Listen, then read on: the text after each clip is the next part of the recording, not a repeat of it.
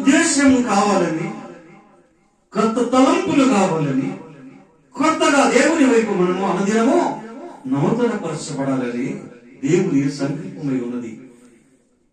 ఇదిగో పాతవి గతించెను, సమస్తమును కొత్తవి ఆయను అంటాడు వాక్యంలో. ఇంకో మాట చెప్తాడు, 2వ కొరింథీ పత్రిక 5వ అధ్యాయం 17వ వచనంలో. తీసి చదవండి. 2వ కొరింథీ పత్రిక 5వ అధ్యాయం 17వ వచనంలో చక్కటి మాటలు చూడండి. కాగా ఎవడైనను క్రీస్తునందున్న ఎడల వారు నూతన సృష్టి, పాతవి గతించెను, సమస్తమును కొత్తవి ఆయను. ఎవడైనను క్రీస్తునందున్న ఎడల వారు నూతన సృష్టి, పాతవి గతించెను, ఇదిగో సమస్తము కొత్తవి ఆయను. అవును, క్రీస్తులో ఉన్న మనము ఎలా ఉండాలి? నూతన సృష్టి. నూతన సృష్టి. దైవజనులు మరి హోసన్న మినిస్ట్రీస్ చక్కటి మాట, ఒక చక్కటి పాట చేస్తారు సంవత్సరంలో. నూతనమైన కృపా, నవనూతనమైన కృపా, శాశ్వతమైన కృపా, బహున్నతమైన కృపా. అవునండి, నూతనమైన కృప, నూతనమైన వాత్సల్యం ఆయన మన మీద చూపిస్తున్నాడు. నూతనమైన కృపతో మనల్ని ప్రేమిస్తున్నాడు. నూతన జీవితాన్ని ప్రభు మనకిస్తున్నాడు. మన పాత జీవితం, రోత జీవితం తొలగింపు చేసి మన బ్రతుకులను మార్చిన దేవుడు ఎంత స్తుతి నొందా తగిన వాడు, ఎంత స్తుతించినా తక్కువే కదా. అవునండి, ఎవరైనా క్రీస్తునందు ఉన్నాయి కదా. అవును, ఈ రోజు క్రీస్తునందు ఉన్నామనుకుంటున్న మనము, క్రీస్తునందు ఉన్నామనుకున్న మనము నూతన సృష్టిగా ఉంటున్నామా? నూతన వ్యక్తిగా ఉంటున్నామా? నూతనమైన వారిగా క్రీస్తులో నవనూతనమైనటువంటి జీవితాలతో ముందుకు కొనసాగుతున్నామా? అవును.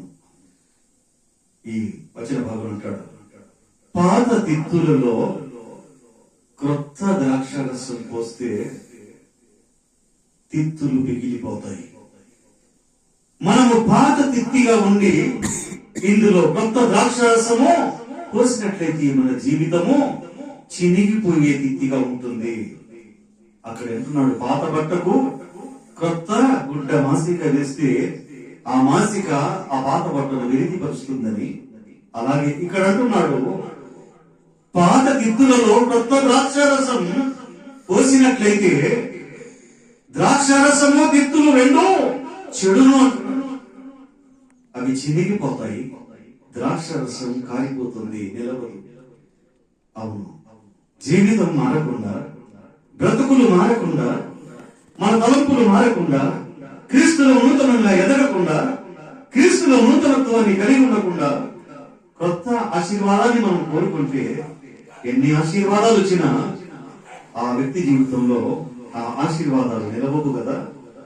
అవునండి, ఈ మధ్యాహ్న కాల సమయంలో జ్ఞాపకం చేసుకున్నాం, మన అనుదిన జీవితంలో ఈరోజు కొత్త సంవత్సరంలోకి వచ్చి 2 వారాలు అవుతూ ఉంది. అయితే మనం కొత్తగా ఉంటున్నామా?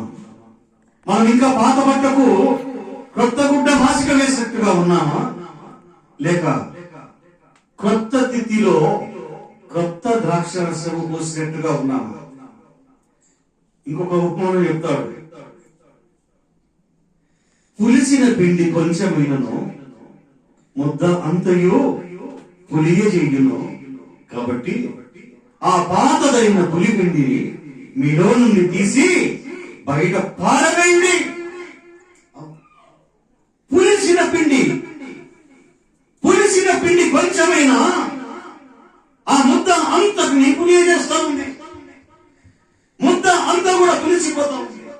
అనగా కొంచెము అపవిత్రత, కొంచెము అజాగ్రత్త, పాపం అనుకుంటారు. ఆ కొంచెము పాపము ఏం చేస్తా ఉంది? నీ పరిశుద్ధ జీవితాన్ని మొత్తము కలిసి వేస్తా ఉంది. నీ పరిశుద్ధ జీవితం మొత్తము పాడు చేస్తా ఉంది. అది అంటాడు, పులిసిన పిండి కొంచెమైనను ముద్ద అంతటిని పులియజేయిస్తుంది. కాబట్టి ఆ పులి పిండి కొంచెమైనా దాన్ని తీసి బయట పారవేయండి.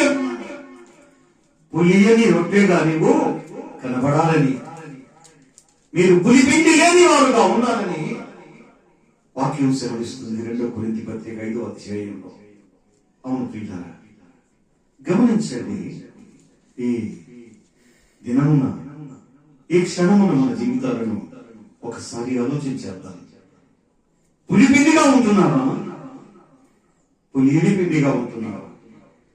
క్రొత్త తిత్తిగా ఉంటున్నావా? పాత తిత్తిగా ఉంటున్నావా? పాత బట్టకు క్రొత్త మాసిక వేసినట్టుగా ఉంటున్నావా?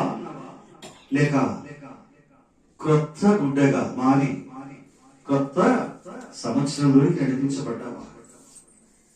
నీ మనస్సు మరొక వరుణ గత రూపాంతరము చెందమని జగస్సు రాసిన పత్రికలు చెప్తారు. మీరు మనసు మారి నూతన పరచబడాలని, మీరు రూపాంతరము చెందాలి. ఎన్నో చక్కటి మాటలు పౌలు భక్తుడు రాస్తాడు ఇక్కడ. ఈ మనసు మారి నూతన పరచబడుట వలన దేవుడు మహిమ పొందుతాడు.